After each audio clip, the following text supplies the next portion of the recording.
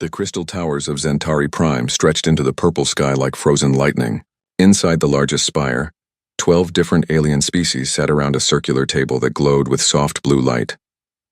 This was the Galactic Council, the most powerful group in the known universe. Ambassador Sarah Chen stood in the center of the circle, her hands clasped behind her back. She was the first human to ever stand in this room. Her dark hair was pulled back in a simple ponytail, and she wore a plain blue uniform that looked almost primitive next to the strange clothing and bodies of the aliens around her. To her right sat Counselor Zelkoth, whose gray skin seemed to shimmer as thoughts moved through his large, hairless head. The Zeltar were telepaths who could read minds and control weaker species with just a thought. Their empire covered 50 star systems. Across from him floated Counselor Luxandra, her body made of pure golden energy contained in a crystal shell. The Luminari had given up physical form thousands of years ago, and now existed as beings of light and power. They controlled the energy sources for half the galaxy. Next to the energy being sat something that looked like a walking insect the size of a horse. This was Counselor HFY Prime, speaking for the billions of creatures that made up the HFY hive mind. Every HFY shared thoughts with every other, making them perfect for managing large territories and populations. The other council members were equally impressive. The Scythrin looked like metal spiders but thought faster than any computer. The Elnari were tall, graceful beings who had achieved perfect peace in their society. The Krexmar were warriors with honor codes that had kept their empire stable for 10,000 years. Each species had controlled space travel for thousands of years. Each had built empires that covered dozens of star systems. Each had technologies that seemed like magic to younger civilizations. And now they were deciding what to do about humanity. "The analysis is complete," HFY Prime said. Its voice sounded like 1,000 insects speaking at once. "We have studied the humans for 6 standard months. Our stealth probes have observed their homeworld and their primitive attempts at space travel." Sarah kept her face calm, but inside she felt anger building. She knew about those probes. Earth scientists had detected some of them. But the government had decided not to mention this during first contact talks. "What did you learn?" asked Counselor Luxandra. Her voice was like music made of starlight. HFY Prime's multiple eyes focused on Sarah for a moment, then looked back at the council. "The humans are disappointing. They lack telepathic abilities completely. 8 of our 12 species communicate through direct mind contact, yet humans can only use crude sound vibrations and visual symbols." Zelkoth nodded, his large head moving slowly. "I attempted to read the ambassador's mind when she arrived. There was nothing but chaos. Random thoughts, strange memories, illogical connections. It was almost painful to observe." Sarah wanted to smile at that, but she kept her expression neutral. Human minds were messy and complicated. Nothing like the ordered thoughts of telepathic species. Earth scientists thought this might actually be an advantage, but apparently the council saw it as a weakness. "Their technology is equally primitive," continued HFY Prime. "They have achieved faster-than-light travel, but barely. Their ships are slow and inefficient. They still use projectile weapons and chemical explosives. They have no energy shields, no matter manipulators, no quantum computers." "What about their society?" asked Counselor Airthane of the Elnari. Her voice was soft and concerned. "Chaotic," HFY Prime replied immediately. "They have no unified government.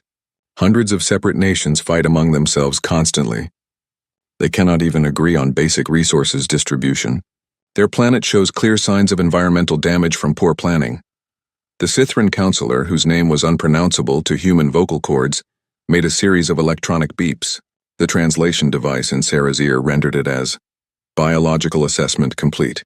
Humans live approximately 100 standard years. This is barely enough time to gain useful experience. Most council species live 10 to 50 times longer.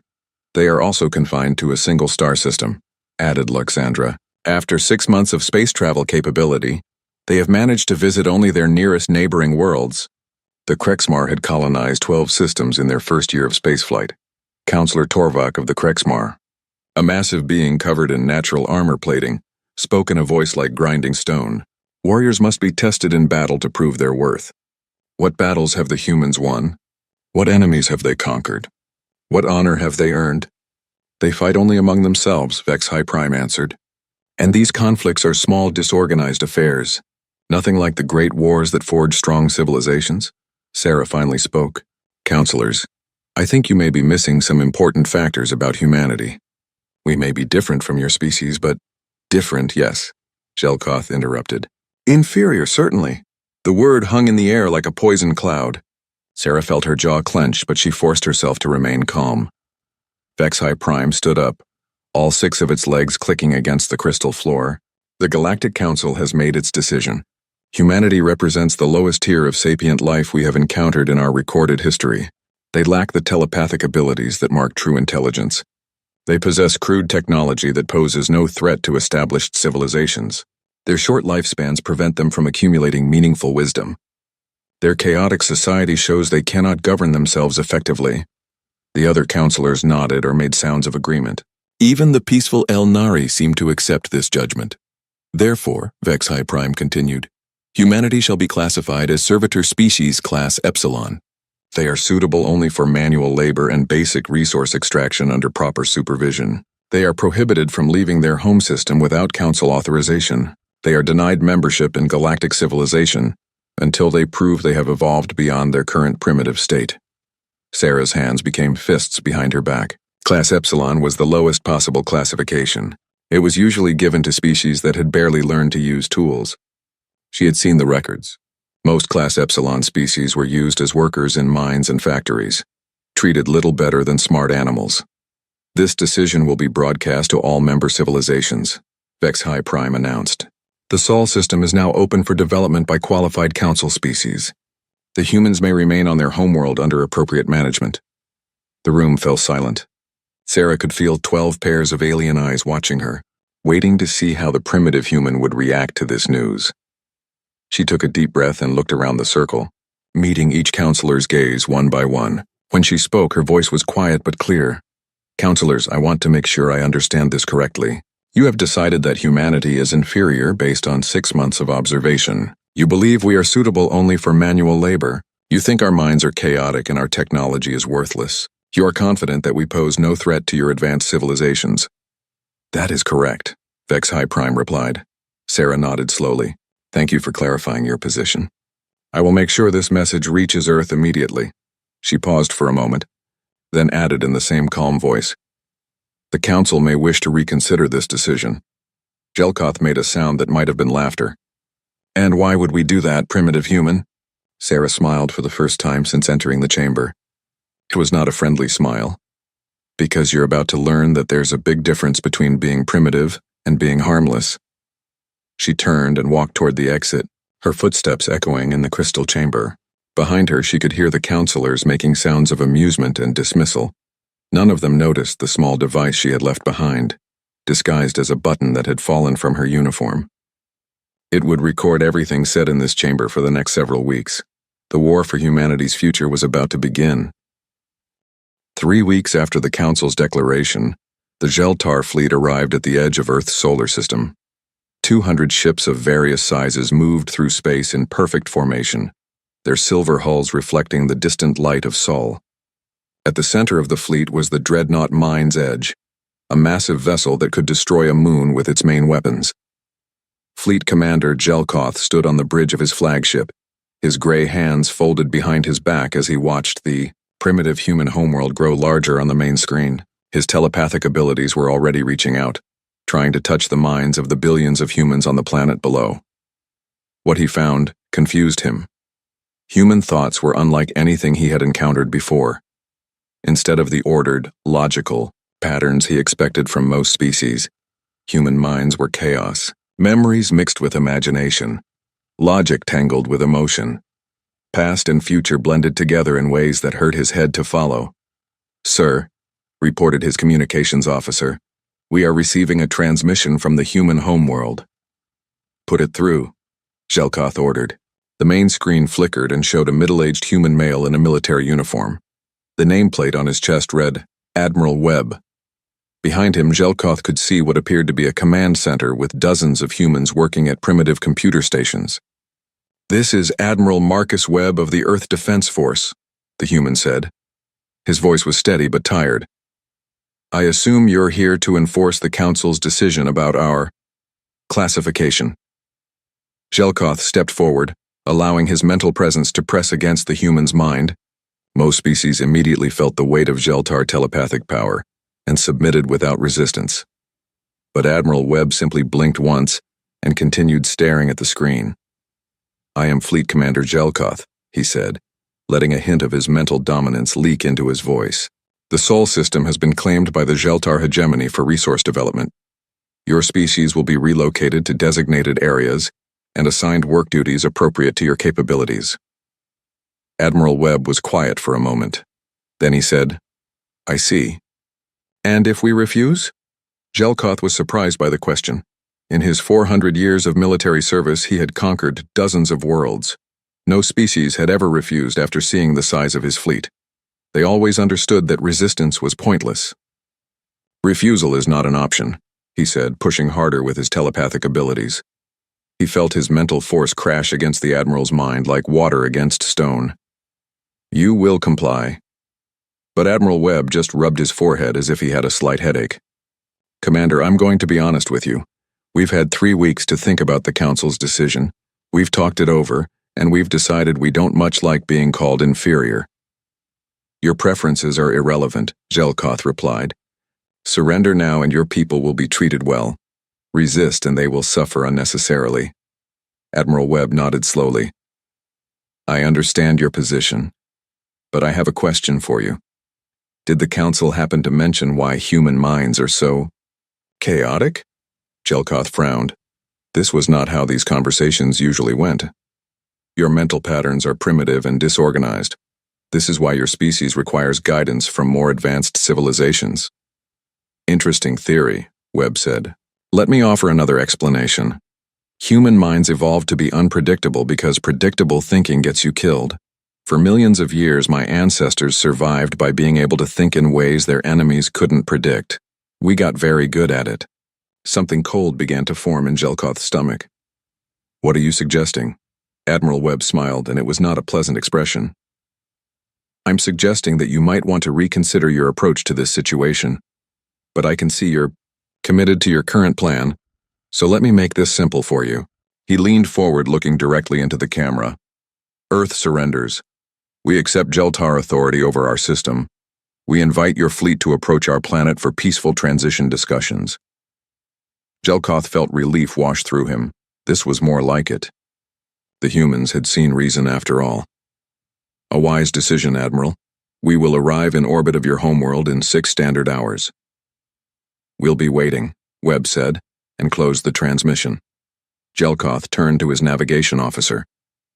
"Set course for the 3rd planet. Standard occupation formation.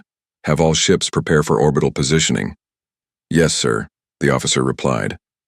What Gelkoth didn't know was that thousands of miles away, in a hidden facility buried deep beneath the Rocky Mountains, Dr. Elizabeth Reeves was putting the finishing touches on 3 months of frantic work.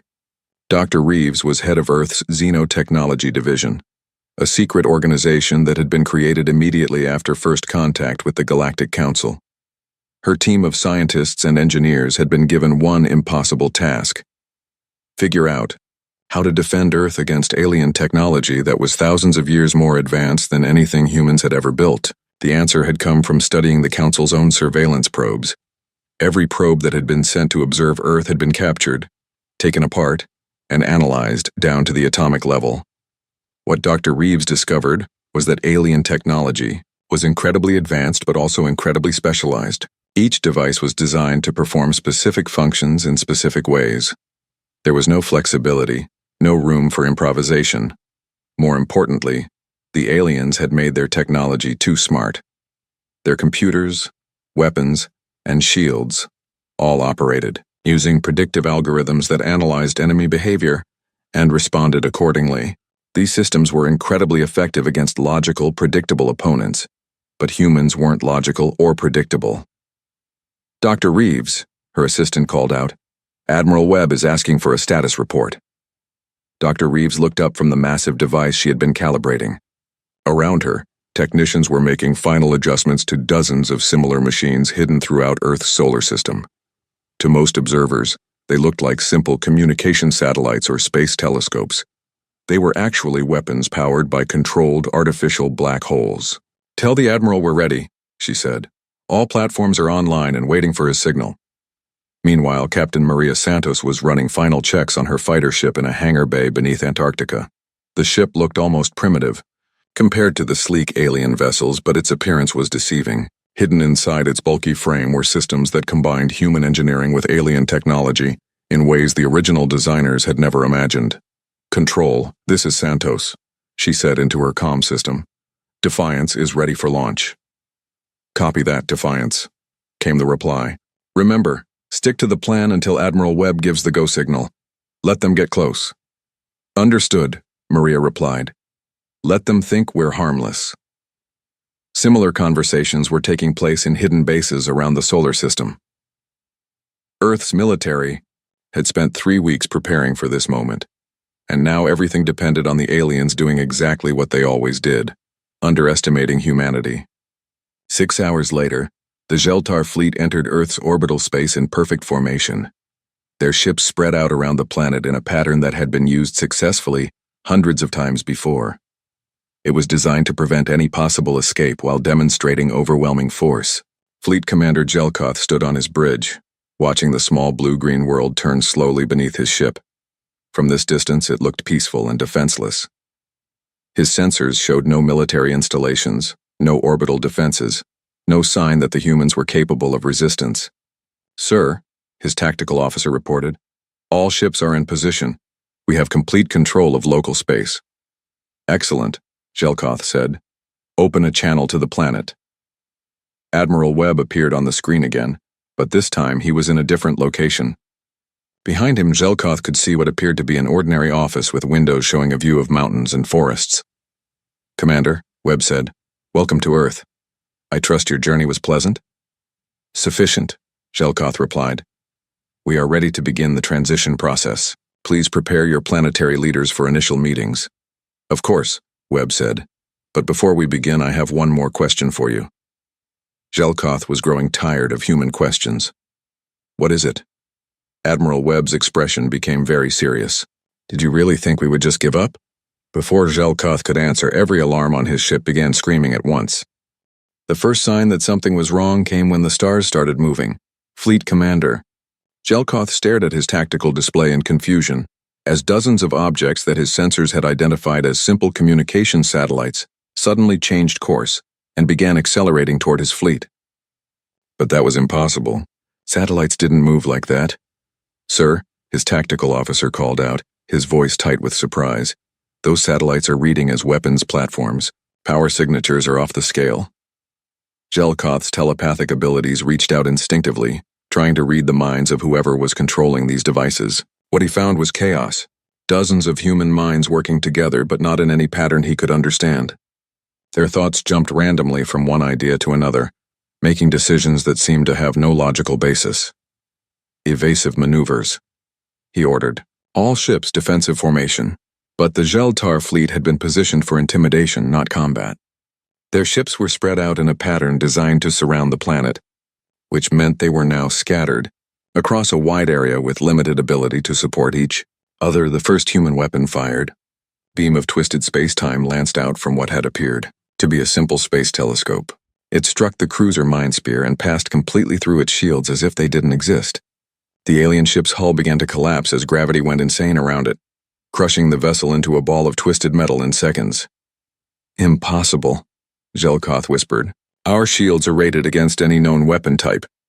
His science officer was frantically checking his instruments. "Sir, they're using artificial black hole generators as weapons. The technology is crude but effective. Our shields are designed to stop energy and matter, not gravitational distortion." More human weapons opened fire. Each shot twisted space in a different way, creating gravity wells and distortion fields that the Geltar computers couldn't predict or counter. Ships that had dominated battlefields for centuries found their shields useless against weapons that attacked the very fabric of reality. But the real surprise came when the human fighters arrived. Captain Maria Santos piloted her ship, Defiance, through the chaos of battle with moves that made no logical sense. She rolled her fighter through a spiral pattern that should have made her an easy target, but somehow every alien shot missed. When a Geltar interceptor tried to match her maneuvers, she suddenly reversed direction and flew straight up, using Earth's moon as cover. "This is impossible," the alien pilot transmitted to his fleet. The human ship's movement patterns have no mathematical basis. My targeting computer cannot predict their next position. Maria smiled inside her helmet. That's because I don't know what I'm going to do next either. She spotted a damaged Geltar cruiser trying to retreat and decided to test one of Dr. Reeves's new toys. Her ship's weapons had been destroyed in an earlier exchange, but Maria had always been good at improvising. She activated her ship's industrial fabricator, a device normally used for emergency repairs. Within seconds, it had created a dozen solid metal spheres using material from nearby asteroids. Maria accelerated toward the cruiser and released the spheres at just the right moment, using the moon's gravity to slingshot them into the alien ship's engines. The makeshift projectiles tore through the cruiser's hull like bullets through paper, across the battlefield. Similar scenes were playing out. Human pilots were using tactics that violated every rule of space combat. They hid behind asteroids, used planetary rings as cover, and flew in patterns that seemed completely random. When their weapons failed, they improvised new ones. When their ships were damaged, they found ways to keep fighting that no alien computer could predict. Commander Zelkoth watched his fleet being torn apart by an enemy that should have been helpless. His ships outnumbered the humans 3-1. His technology was thousands of years more advanced. His crews had centuries of experience, and he was losing. "Sir," his communications officer called out. "We're receiving a transmission from the human admiral." Admiral Webb appeared on the screen again. Behind him, Zelkoth could see a command center that was now clearly a military facility. Humans in uniform were working frantically at stations that displayed tactical information about the ongoing battle. "Commander," Webb said, "I thought you might like to know what you're really fighting against." Zelkoth's telepathic abilities lashed out, trying to dominate the human's mind through sheer force. He felt his mental power crash against Webb's consciousness like a wave against a cliff. The Admiral just blinked and continued talking. "You see, your people made a mistake when you studied us," Webb continued. "You assumed that chaos was a weakness. But chaos is our greatest strength. We've spent millions of years learning how to survive by being unpredictable.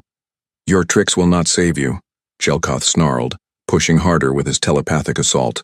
"We still outnumber you." Admiral Webb actually smiled. "Do you? Let me show you something interesting." The tactical display on Zelkoth's bridge suddenly lit up with new contacts. Dozens of ships were appearing throughout the solar system, their signatures completely different from human vessels. These ships had been hiding in the asteroid belt, behind moons and in the shadows of planets. "You're not just fighting humans anymore," Webb explained. 3 weeks ago, we sent messages to every species the Council classified as inferior. Turns out there are a lot of them, and they're all very interested in proving the Council wrong.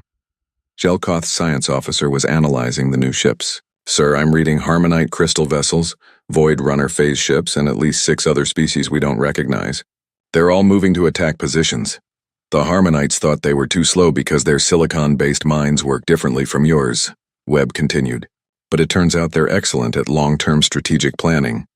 The Void Runners were considered too chaotic because they don't claim territory, but that makes them perfect at hit-and-run tactics. More human weapons fired and more Zeltar ships died, but now they were joined by weapons that Zelkoth had never seen before. Harmonite crystal ships fired beams that turned solid matter into sand. Void Runner ships flickered in and out of normal space, appearing just long enough to fire before disappearing again. Each species you called inferior has abilities you never bothered to understand," Webb said, "and now they're all working together." Captain Santos had joined up with a Harmonite fighter pilot whose ship looked like a flying jewel.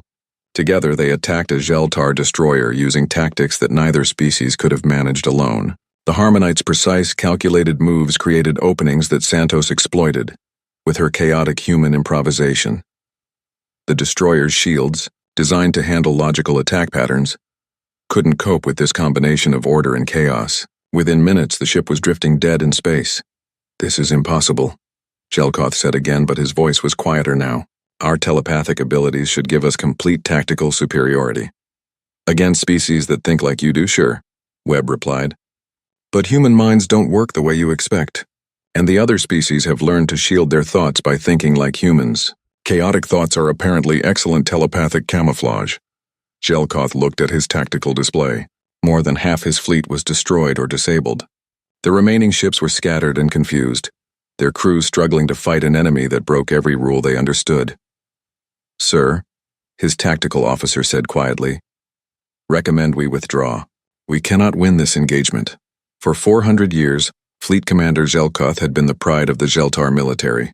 He had conquered dozens of worlds and never lost a battle. He had been personally chosen by the Council to enforce their will because his record was perfect, and now he was about to retreat from a species the Council had classified as primitive. All ships, he said finally, withdraw to jump distance. Prepare for emergency hyperspace departure. The surviving Zeltar vessels began pulling back, their formation broken and their confidence shattered. Human and allied ships harassed them all the way to the edge of the solar system, but they didn't pursue once the aliens began their retreat. Admiral Webb appeared on Zelkoth's screen one last time. "Commander," he said, "I want you to take a message back to the Council for me." Zelkoth said nothing, but he didn't cut the transmission.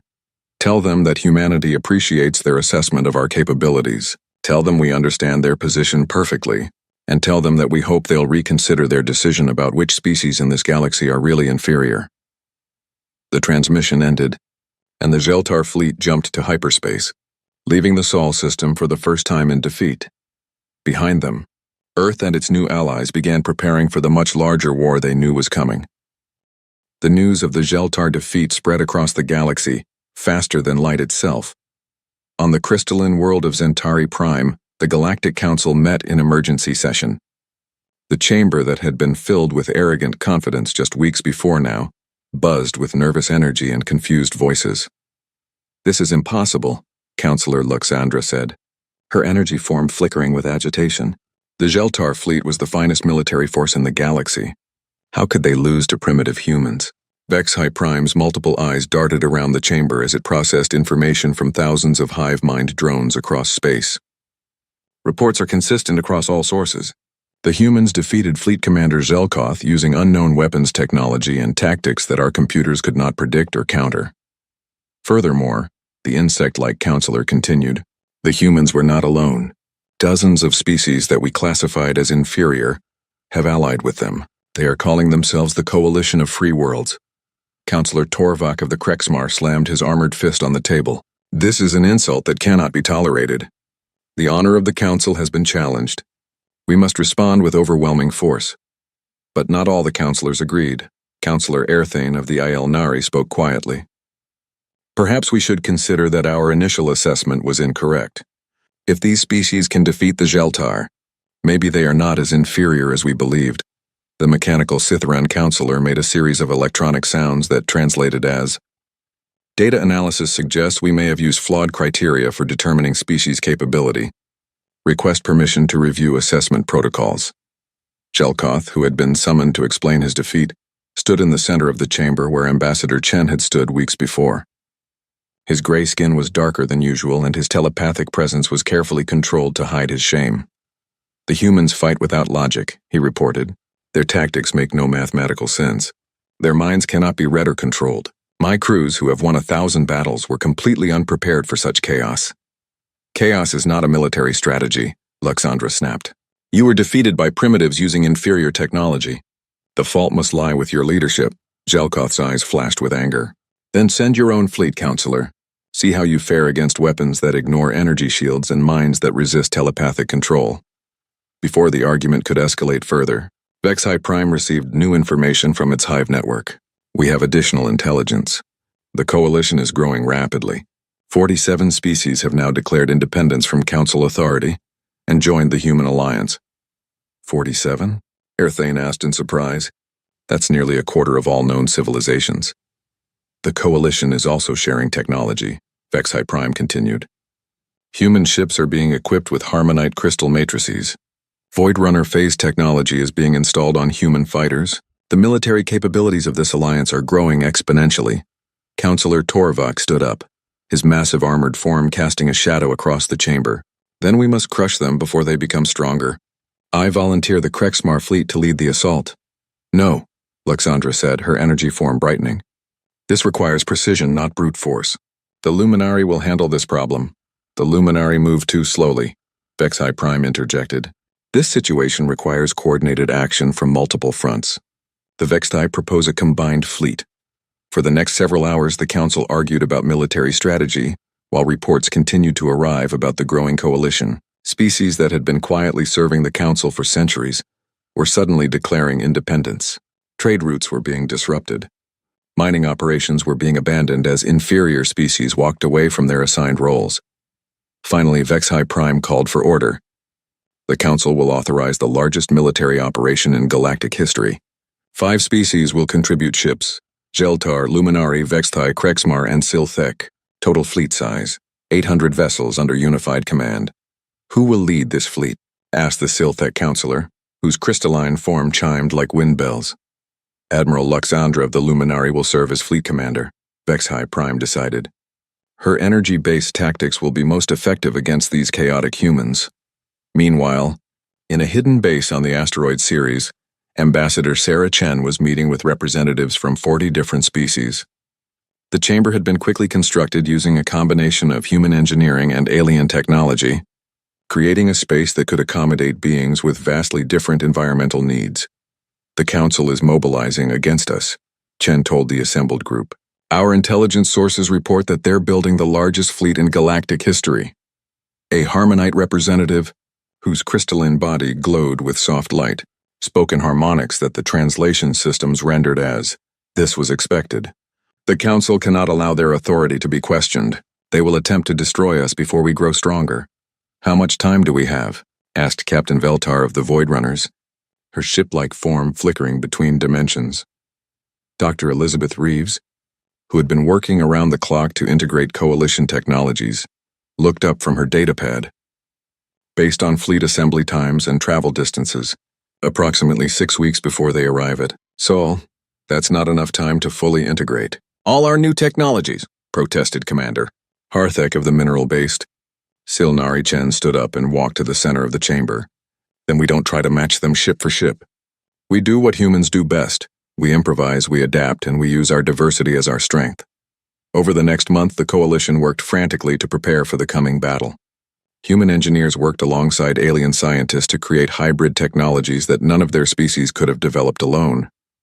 Harmonite crystal technology was integrated with human neural interfaces, creating computer systems that could process both logical data and chaotic human intuition simultaneously. Void Runner phase shift devices were combined with human weapons, allowing projectiles to appear inside enemy ships without passing through their shields.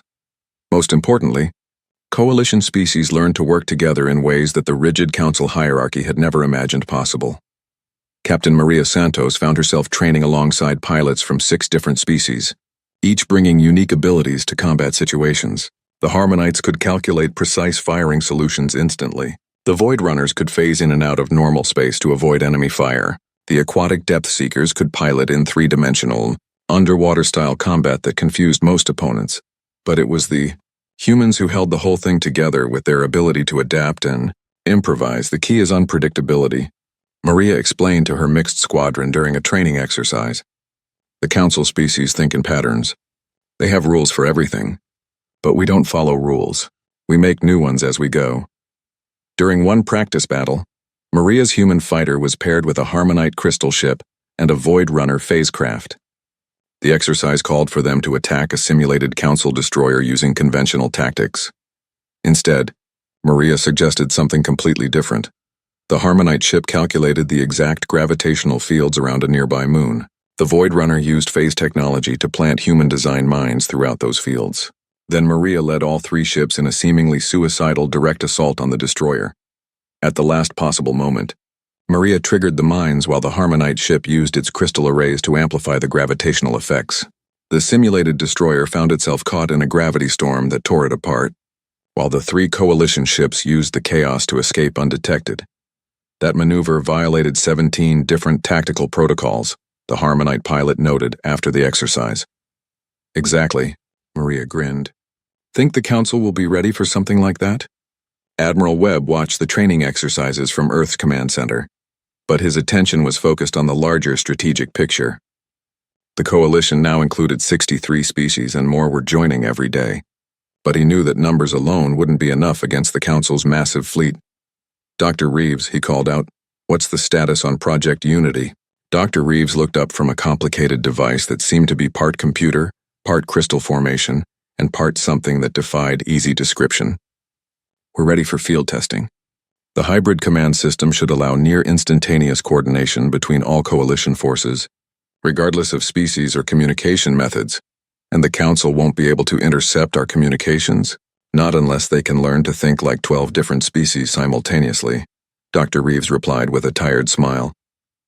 The system uses quantum entanglement mixed with telepathic resonance, crystalline harmonics, and good old-fashioned human intuition. I doubt even their best cryptographers could break it. 3 weeks later, long-range sensors detected the Council fleet approaching the outer edge of the solar system. 800 ships in perfect formation, representing the combined might of 5 galactic civilizations. Admiral Lux Andra stood on the bridge of her flagship, the Energy Dreadnought Stellar Dominance. Around her, the bridge crew worked with the precise efficiency that had made the Luminari the masters of energy-based warfare for thousands of years. The Second Battle of Sol began at exactly 13:47 hours, Earth Standard Time. Admiral Lux Andra's massive fleet of 800 ships entered the solar system in perfect formation, their approach calculated by the finest military computers in the galaxy. The energy-based Luminari vessels glowed like small stars, while the sleek Geltar ships moved with telepathic precision. Krexmar battleships bristled with weapons, and Vextai carriers released clouds of smaller fighters. Against them, the Coalition fielded 300 ships of wildly different designs. Human vessels sat next to crystalline Harmonite craft, while Void Runner ships flickered in and out of normal space. Species that had never fought together before had learned to coordinate their efforts in just 6 weeks. All ships, Admiral Luxandra broadcast, begin standard assault formation. Target the human homeworld for immediate occupation. But as the Council fleet moved deeper into the system, something unexpected happened. 3 of the Council species suddenly broke formation. The mechanical Sithran ships, the graceful Aelnari vessels, and the honor-bound Krexmar fleet all changed course, moving away from the main attack force. What are they doing? Luxandra demanded. Her communications officer was frantically checking transmissions. Admiral, we're receiving signals from the Sithran, Aelnari, and Krexmar fleets. They're requesting permission to join the Coalition forces. Impossible, Luxandra snarled. They are Council members. They cannot simply change sides. But on the bridge of the Krexmar flagship, Commander Torvek was explaining his decision to his crew. The humans have shown us something we had forgotten. True strength comes not from dominance but from the courage to stand with those who fight for freedom. The Sithran had reached a different conclusion through pure logic. Their quantum computers had analyzed the situation and determined that the Council's rigid hierarchy was actually less efficient than the Coalition's flexible cooperation. The Aelnari, always guided by their pursuit of peace, had decided that supporting the oppressed was more important than maintaining the status quo.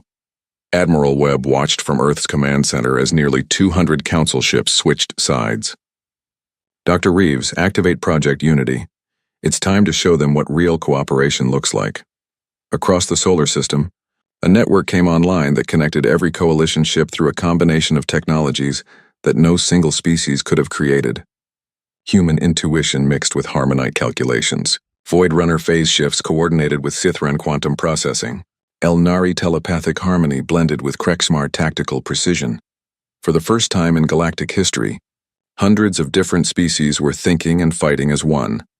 Captain Maria Santos felt the connection activate in her fighter Defiance. Suddenly, she could sense every other Coalition pilot, their thoughts and intentions flowing together like a vast ocean of shared consciousness. But unlike the rigid telepathic networks used by the Council species, this was chaos and order combined. All Coalition forces, Admiral Webb's voice came through the network, show them what happens when the inferior species work. Together, the battle that followed was unlike anything ever seen in space warfare. Coalition ships moved in patterns that seemed random but were actually perfectly coordinated. Human fighters used impossible maneuvers while Harmonite crystal ships provided precise covering fire. Void Runner craft appeared inside enemy formations just long enough to deliver devastating attacks before vanishing again. Admiral Luxandra watched her perfect battle plan fall apart as enemy ships refused to follow any logical tactical doctrine. Her computers, programmed to predict chaos, were overwhelmed by the sheer complexity of coordinated chaos from multiple species. How are they doing this? She demanded. Her science officer was studying the energy readings from the Coalition fleet. Admiral, They appear to be using some form of quantum-entangled telepathic network that connects multiple different species simultaneously. The computational requirements should be impossible. Nothing is impossible for sufficiently advanced technology, Loxandra replied. Focus all fire on their command ships. Destroy their coordination and they will fall apart. But the Coalition had learned from human military history. There was no single command ship to target. Command functions were distributed throughout the fleet, with any ship able to take over coordination if needed. When the Luminari focused their energy weapons on Admiral Webb's flagship, Captain Santos immediately took over tactical coordination from her fighter. When Santos's ship was damaged, a Harmonite cruiser seamlessly assumed command.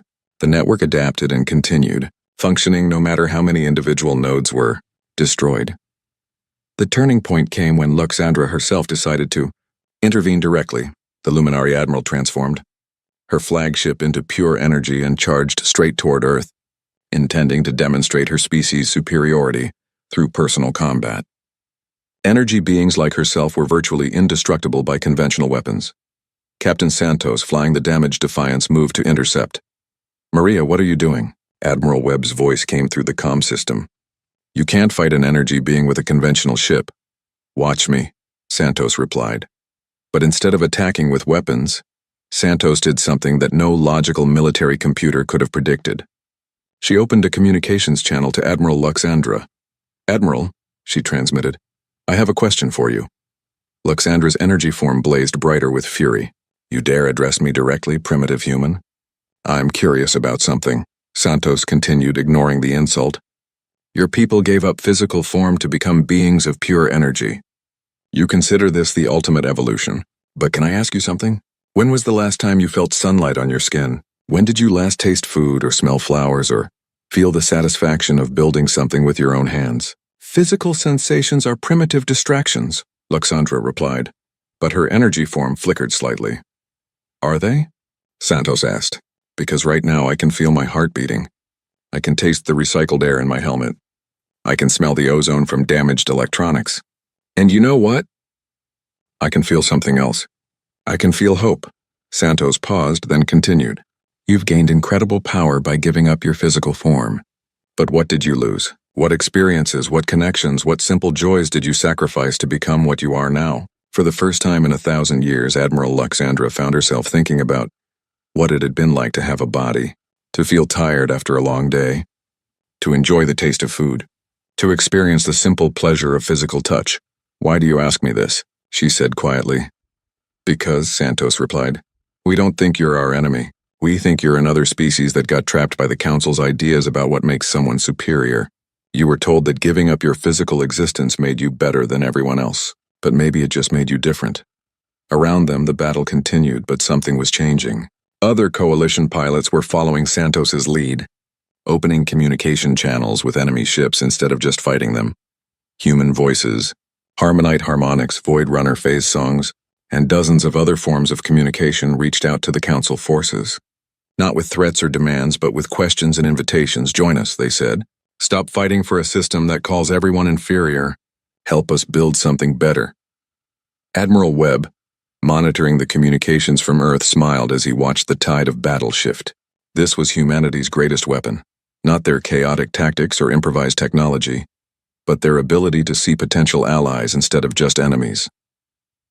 One by one, Council ships began to switch sides.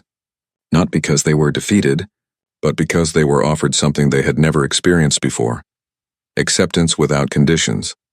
Admiral Loxandra found herself surrounded by Coalition ships, but none of them were firing. Instead, they were simply waiting. What do you want from me? She asked. Captain Santos's voice came through the comm system one more time. We want you to choose. You can keep fighting for a council that decides who is worthy, based on arbitrary standards, or you can help us build a galaxy where every species has value, where diversity is strength, and where no one is called inferior just because they're different. Loxandra looked at her tactical display. More than half the Council fleet had already joined the Coalition. The battle was effectively over, but not because of military defeat. It was over because the Coalition had offered something more powerful than superior weapons. They had offered hope. All Luminary vessels, she transmitted, cease fire and stand down. We are joining the Coalition of Free Worlds. The transformation was immediate. Energy weapons went silent. Ship-to-ship combat ended. Instead of a battlefield, the space around Earth became something unprecedented in galactic history. A gathering of hundreds of species working together as equals. 3 days later, Ambassador Sarah Chen stood once again in the crystal chamber on Centauri Prime. But this time she was not alone. And she was not standing in the center of the circle. The old council table had been replaced with a new arrangement where every species sat as equals. Humans sat next to Zeltar telepaths. Luminary energy beings worked alongside solid matter species. Former council members collaborated with species they had once classified as inferior.